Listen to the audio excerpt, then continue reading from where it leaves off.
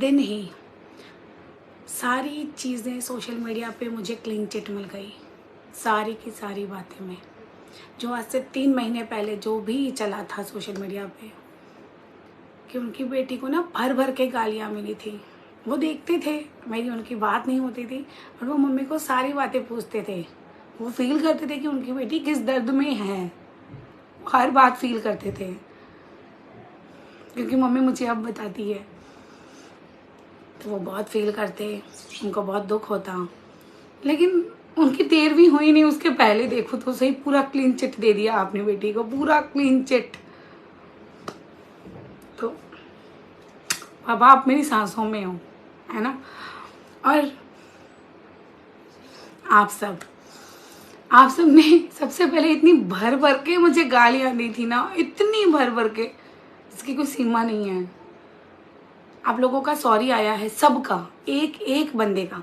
मैं भी क्रिएटर की बात नहीं करूँगी, उनकी बात मैं बाद में करूँगी। पहले एज ए व्यूअर जो मेरे देखने वाले हैं आप सब, मैं उनकी बात करूँगी कि आप सब ने एक एक बंदे ने मुझे रिटर्न में सॉरी बोला है, उसके लिए दिल से शुक्रिया है, दिल से। लेकिन मैं ये चाहती थी कि आज जो आपने सॉरी बोला है ना, कल अगर मेरी बात सुन लेते ना तो आज वो सॉरी उससे कहीं गुना ज़्यादा होता, कहीं गुना ज़्यादा होता। मैं एक बार ज़रूर रिक्वेस्ट करूँगी पूरी वाईटी से, जितने भी लोग मेरी ये वीडियो देख रहे हैं, और मैं बोलूँगी कि शेयर करो, हर इंसान को बोलने दो। किसी एक के कहने से डायरेक्ट दूसरे को ख़त्म मत होने दो। उस दिन किसी एक के कहने से आप सब ने मुझे ख़त्म कर दिया था, तभी मेरे कदम पीछे आ गए थे कि छोड़ दिया मैंने। बट मैंने रोते रोते मेरे भगवान से बहुत प्रार्थना की थी। मैंने बोला भगवान तू है ना, मुझे कभी हारने नहीं दिया तो आज भी मुझे हारने नहीं देगा। और पूरे 4 महीने भी नहीं हुए हैं, जुलाई की बात है और नवंबर 16 है आज, है ना। और सारी एक बात आपके सामने आ गई। मैं यही बोलूँगी कि यार कोई भी कुछ बोलता है ना, प्लीज़ आप लोग सुनो। किसी एक पक्ष की बात ना सुन के, दोनों पक्ष की बात सुन के उसके बाद अपना डिसीजन दो।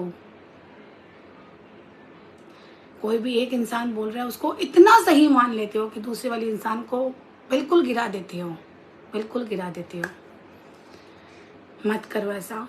अगर उस दिन मुझे बोलने दिया होता ना तो आज आप लोग जो सॉरी बोलो ना, उससे कहीं गुना ज़्यादा मैं हिम्मत वाली होती। मेरा हिम्मत तोड़ दिया गया। पता है मैं वापस नहीं आती इतनी जल्दी वाईटी पे। वैसे भी आपके सामने है कि वो कंट्रोवर्सी के बाद मैंने अपने आप को वाईटी से पूरा डिस्टेंस ही बना लिया। मेरा इंटरेस्ट ही ख़त्म हो गया। इंटरेस्ट भी ख़त्म क्या कि मेरा मैं जो अपने आप को समझती थी ना, मैं अपने आप को टूट चुकी थी। क्योंकि इतनी भर भर के मुझे गालियाँ दी गई ना, इतनी भर भर के, सिर्फ किसी एक के कहने में, इतनी भर भर के। क्योंकि मेरी कंट्रोवर्सी उससे थी और उसके साथ सारे क्रिएटर टूट पड़े। सारे क्रिएटर जितने भी मेरे अगेंस्ट खड़े थे वो सारे बेबुनियाद आके टूट पड़े मुझ पे, बेबुनियाद।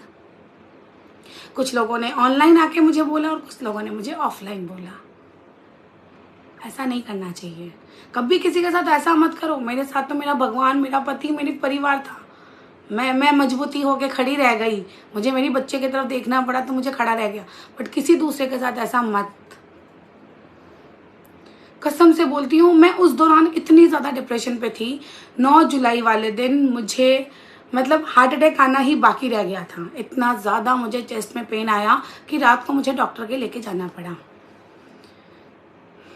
चलो पुरानी बातें तो अब क्या ही बोलूँ। तो बस यही है कि कोई भी कुछ बोले तो उसकी बातें सुनो, है ना। उसकी बातें जितना सुनोगे तब आपको निर्णय देने में आसानी होगी कि यार दोनों पक्ष की बात सुननी चाहिए। अब बात करते हैं क्रिएटर्स के सॉरी की। मुझे सॉरी नहीं चाहिए था, मुझे साथ चाहिए था, मुझे साथ चाहिए था उनका। आज तो जो भी लोग सॉरी बोल रहे हैं, जब खुद पे बीती है तब उन सबको याद आ रहा है, सबको जो खुद क्रिएटर है और जिनका जो भी है, वो 4-5 लोग जो भी हैं, आज सबको सरिता याद आ रही है। अगर उस वक्त सरिता के साथ खड़े हो जाते तो क्या हो जाता, क्या हो जाता बताओ। मुझे ब्लैकमेलर का टैग दे दिया, पता नहीं क्या क्या क्या क्या मुझे टैग दे दिया। यही तो थे ना कुछ लोग, यही तो थे। और जो कुछ क्रिएटर हैं जिन्होंने तो चलो सॉरी बोल दी, कोई बात नहीं। ये सॉरी सिर्फ मैं ये एक्सेप्ट करूंगी कि कुछ ऐसा मत करो जो बाद में जाके खुद को पछताना पड़े कि यार मैंने उसके साथ गलत कर दिया। जो भी करो अपने आप को कांच में देखो और फील प्राउडली करो कि यार ये मैंने कर दिया। देखो मेरे पापा चले गए है ना, मरना सबको है, हमको भी मरना है। मैं हमेशा मानती हूँ कि यार मर के मैं भगवान को क्या जवाब दूंगी? अगर मैं किसी के साथ गलत कर दूंगी तो मैं क्या जवाब दूंगी उनको कि मैंने ऐसे किया है? नहीं यार, नहीं कर सकती। तो मैं सारों लोगों को, इवन व्यूअर हो चाहे क्रिएटर हो चाहे कोई भी हो, सबको यही बोलूँगी, कुछ भी करो करने से पहले सोचो, कुछ भी बोलो बोलने से पहले सोचो। सीधा आके मुंह खोल के सीधा मत बोलो, क्योंकि आज का किया बाद में पछताना पड़े वैसा काम मत करो। बोलना किसको नहीं आता है ना, हर इंसान को बोलना आता है, बट ऐसा नहीं होता है। कुछ जो क्रिएटर तो मेरी उस कंट्रोवर्सी में मुझे क्या क्या नहीं बोला, क्या क्या नहीं बोला है ना। लिमिट क्रॉस वाले भी कुछ बोले थे, बट छोड़ो कोई ना। और देखो जो सच्चे होते हैं वो आज आपके सामने है। मुझे मेरे पापा ने और मेरे भगवान ने एकदम क्लियर कर दिया है ना, एकदम क्लियर। तो ये भी मान के चलना, सच कभी हारता नहीं है। कुछ दिन छुप जाता है, कुछ दिन डर जाता है, लेकिन एट द एंड सच आएगा सामने। मैं उस पर बहुत भरोसा करती हूँ। अब मैंने आपको बोला कि व्यूवर्स ने मुझे गालियाँ दी, बट उन में से ही कुछ चुनिंदा व्यूवर्स ने, वाईटी तो मैंने मैसेज पढ़ना ही बंद कर दिया था क्योंकि गालियों की बौछार थी उसमें है ना, तो क्या ही पढ़ती मैं। बट वाया इंस्टा कुछ चुनिंदा व्यूवर्स ने मुझे वहाँ पे ये बताया कि सरिता हम तुम्हारे साथ हैं, तुम कान्हा जी की भक्त हो, तुम कभी गलत नहीं हो सकती, और मुझ पे भरोसा रखा। कुछ व्यूवर्स के साथ साथ एक्शन चैनल वाले हैं, उन्होंने अपने प्लेटफॉर्म पे हमको हमारी बात रखने दी कि आप बोलो, आपकी बात हम लेके आएंगे। तो उनको तो मतलब ये मान लो मुझे नया जन्म दिया वाईटी पे मेरे कुछ व्यूवर्स ने, जो कि भगवान का रूप बन के आए थे मेरे पास। मैं आज उनका नाम नहीं ले सकती, बट मैं लाइफ टाइम उनको नहीं भूलूंगी। मैं भूलती नहीं हूँ कुछ भी, ये मेरी एक अच्छी आदत मान लो चाहे बुरी आदत मान लो। मैं ना अच्छा किया भूलती हूँ ना बुरा किया भूलती हूँ। तो मैं उन जो मेरे व्यूवर्स थे और जो ये रिएक्शन चैनल वाले थे, उन्होंने मुझे नया जन्म दिया वाईटी पे। और जितने भी मैसेजेस आते थे वो मेरे हस्बैंड करते थे, मतलब जेठू जी करते थे। और जिस जगह भी उन्होंने मैसेज किया ना, वो सामने वाले ने रेस्पॉन्स दिया उस मैसेज का, और वाया मैसेज हमने हमारी बात रखी और उन्होंने उस बात पे आप लोगों तक हमारी बात पहुंचाई। तो वो दिन हम कैसे भूल सकती हैं, क्योंकि हमारे अकाउंट पे तो आप लोग सुनने को तैयार ही नहीं थे हमको, तो हम हमारी बात कैसे पहुंचाते आप तक। तो मैं एक बात आप लोगों को दिल से बोलती हूँ, अभी भी ये जो वाईटी पे चल रहा है ना, देखो बोलना तो मुझे बहुत कुछ है, बोलूँगी भी, बट एक बात मैं ज़रूर बोलती हूँ कि अभी भी आप दोनों पक्ष की बात सुनो। किसी एक के कहने से एक को ख़त्म मत करो। मैं किसी का साथ नहीं दे रही हूँ, मैं किसी का भी साथ नहीं दे रही हूँ। मेरी जो साथ है, मतलब मेरी जो वो क्या बोलते हैं उसको, सहानुभूति है, वो मनीषा के साथ है, बिल्कुल है और रहेगी भी, है ना। ये दौर सबसे भारी मनीषा पे है। एज ए वाइफ मैं ये फील कर सकती हूँ ये पेन, है ना। और जितनी भी वाईटी पे देखने वाली वाइफ है वो सारी ये बात फील कर सकती है, इसमें कोई दो राय नहीं है, इसमें कोई दो राय नहीं है। अब मैं आपको मेरे और मनीषा के बीच में जो बातें या जो भी स्थिति जो पिछले कुछ दिनों से चल रही थी उसके बारे में बताती हूँ।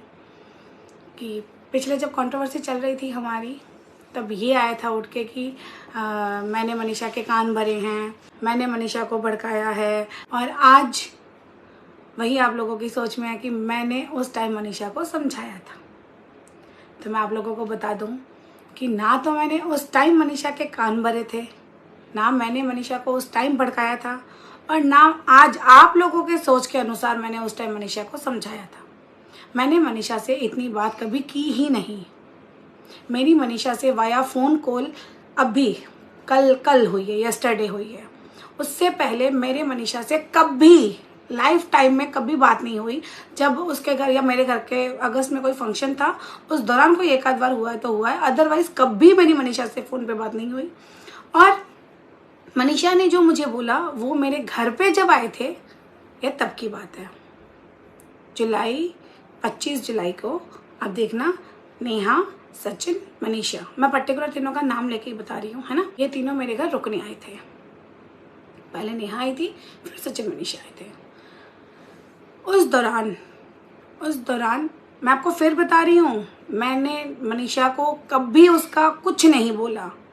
जो भी बोला गया वो मनीषा ने मुझे बोला। ये क्लियर कट बता रही हूँ, क्योंकि उस दौरान आपने तो मुझे बोलने नहीं दिया। बट आज मैं आपको एक एक बात का धीरे धीरे, हर आपके जितने भी मेरे पे क्वेश्चन मार्क लगाए गए थे, मैं हर बात का क्लियर करूँगी मेरी तरफ से। मैं सिर्फ जो मेरे साथ बीती है, जो मुझ पे एलिगेशन लगाए गए हैं, उन चीज़ों का क्लियर तो देखो करना ही है मुझे आप लोगों के सामने। तो मनीषा का ना तो मैंने कभी उसको कुछ करा और ना ही मैंने उससे बात करी। जिस दौरान मनीषा मेरे घर आई थी, उस दौरान मनीषा ने मुझे मेरे घर के मंदिर में ले जाके मुझे एक बात बोली, और जो लाइन उसने मुझे बोली थी, मैं as it is same to same line आपको सुना रही हूँ। मनीषा ने मुझे बोला था, हाथ पकड़ के मेरा, कि दीदी मुझे नहीं पसंद है नेहा दीदी मेरे हस्बैंड से बात करे, या मेरा हस्बैंड नेहा दीदी से बात करे, तो प्लीज़ आप नेहा दीदी को बोलो कि मेरे हस्बैंड से दूर रहे।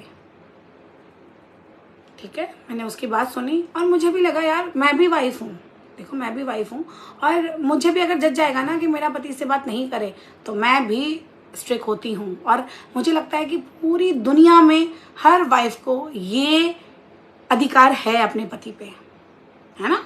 वो डंके की चोट मनीषा ने तो मुझे बोला, बट मनीषा की जगह मैं होती तो मैं डायरेक्ट मेरे पति को बोलती कि आप उससे बात नहीं करोगे। बट ठीक है, कोई बात नहीं, उसने मुझे बोला। मेरा फ़र्ज़ ये बनता था कि नेहा मेरी बहुत ज़्यादा क्लोज वन फ्रेंड है थी, तो मैंने कुछ नहीं करा, कोई घुमा फिरा के कुछ नहीं बोला। मैंने नेहा को मेरे रूम में लेके गई, रूम लॉक किया, वॉशरूम में जाके फिर उसको मैंने ये बातें बताई पूरी, कि देख नेहा, मनीषा तेरे बारे में ये सोच रही है, और मुझे लगता है कि अगर कोई वाइफ को प्रॉब्लम हो रही है, चाहे वो भाई बहन का भी रिश्ता हो, तो तुम्हें थोड़ी सी दूरी बना लेनी चाहिए, गैप बना लेना चाहिए। मैंने बिना कोई बात घुमाए ये बात डायरेक्ट मैं नेहा तक पहुंचा दी थी। तो एज ए फ्रेंड के नाते मैंने ये बात बताई नेहा को। और उस दिन ना मुझे बहुत तेज़ फीवर था, बहुत ज़्यादा तेज़। तो मैंने गोली लेके, ये करीबन बात है 7:30 से लेके 10:30 बजे तक की। और एक बात, ये जो मनीषा ने मुझे जो बात बताई है, ये सिंगल मैंने नेहा को नहीं, और भी 3 लोग हैं उनको भी पता थी। उसके बाद मैंने गोली ली और मैं सो गई, क्योंकि मुझे बहुत तेज़ फीवर था, बहुत तेज़। और वैसे भी मैं थोड़ी गुस्सेल हूँ, जैसे कि आप सबको ही पता है ही। अब तो चलो आप लोगों ने सब कुछ ही उतार दिया, मतलब मेरा गुस्सा ठंडा कर दिया आप लोगों ने।